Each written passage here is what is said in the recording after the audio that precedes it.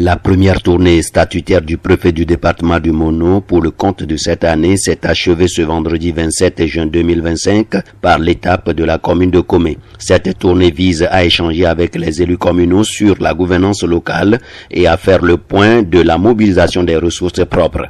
On retient qu'à Komé, des efforts sont consentis au premier semestre de 2025, mais des irrégularités ont été également observées. Au terme de cette tournée, Dédéignon, bienvenu Milorin, préfet du département du Mono, fait le point. Nous avons démarré depuis lundi dernier la première tournée statutaire au titre de l'année 2025 dans les communes de notre juridiction administrative. Nous terminons ce jour vendredi par la commune de Komé. De façon globale, je pourrais dire que nous sommes soulagés.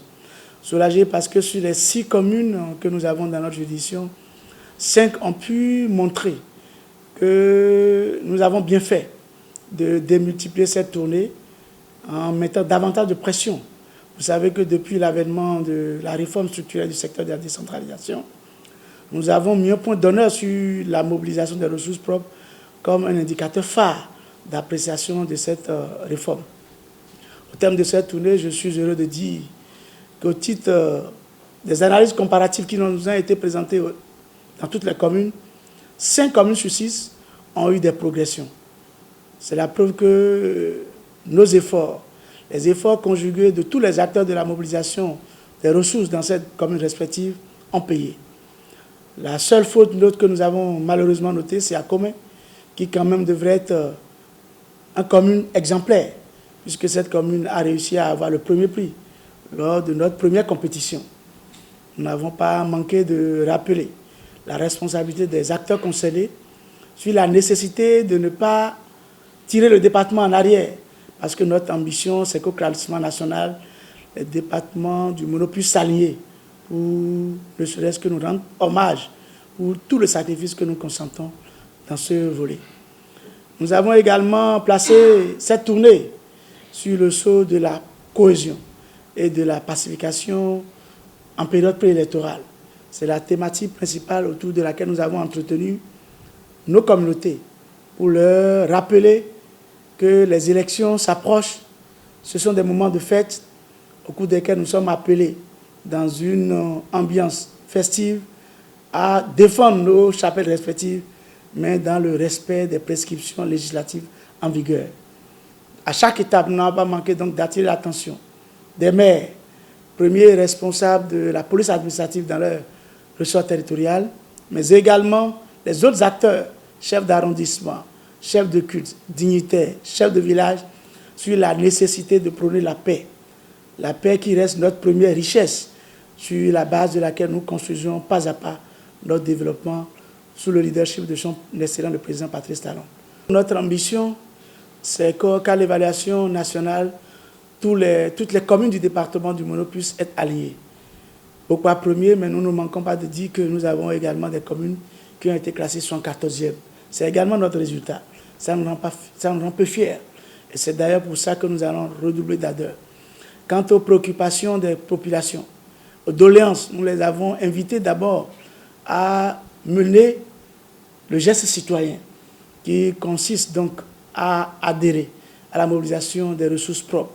Lorsque nous avons confié des missions à des élus, confier des missions à des responsables administratifs, nous devons également leur donner les moyens afin qu'à l'arrivée, ils puissent nous rendre compte de ce qui a été fait de ces moyens. Nous notons encore quelques poches de résistance en matière de gestes citoyens, de civisme délibéré.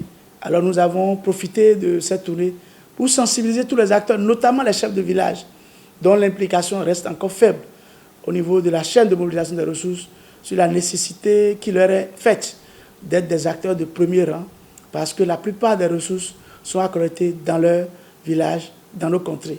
Je crois que tout au long de la tournée, ils ont compris, ils ont pris des engagements, et nous allons les évaluer dans 5 mois pour apprécier la mise en œuvre de ces engagements. L'édile de Komé, quant à lui, promet de corriger le tir afin de s'aligner sur la voie du développement harmonieux de sa commune. Nous avons présenté la mobilisation des ressources de janvier à juin 2025.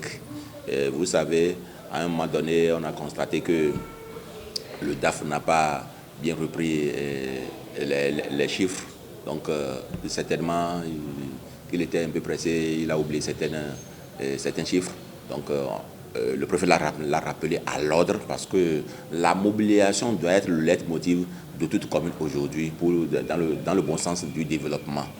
Parce que sans la mobilisation, aucune commune ne peut changer de statut. Aujourd'hui, dans la commune de Comé, nous sommes à un statut ordinaire, nous voulons aller au statut intermédiaire. Donc nous devons mobiliser près de 500 millions parce que nous avons de potentialités dans la commune de Comé aujourd'hui.